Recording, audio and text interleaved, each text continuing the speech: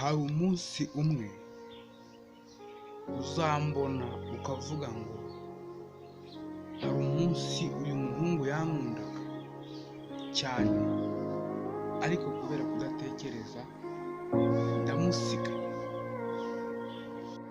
Hari igihe mbashaka kujya mu rukundo, ariko namara kujya numva n'inzara yabitera. Simbabazwa n'abanyanga cyangwa se abamemukira, ahubwo mbabazwa n'abangirira neza nkabura icyo mbitura. Intare ntago ariyo nyamaswa ikaze, na Samusoni yarayishe, ahubwo mwibutse ya nyamaswa tumwe Samusoni apfa. Abantu mwabanye mu minsi mibi uzabakomere, kuko abo mu minsi myiza muzababura.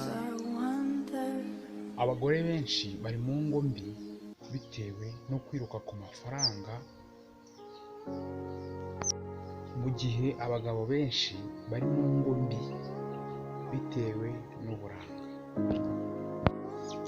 Emera gusiga uwo wari we, ukunde uwo uri we, ukumbure uwo uzaba we.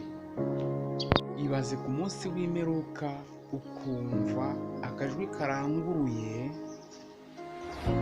mwinjire ariko ntibizongere. Noneho igiparu cyaba kiriyo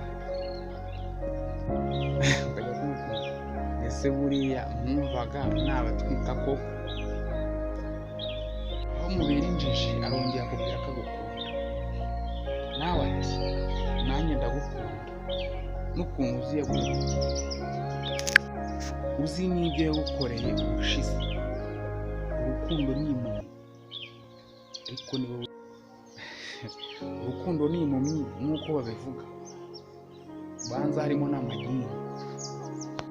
Nujya wumva ushidikanya ku mugambi w'Imana igufiteho, ujye wimyabya utaroshe hashika uzambwira.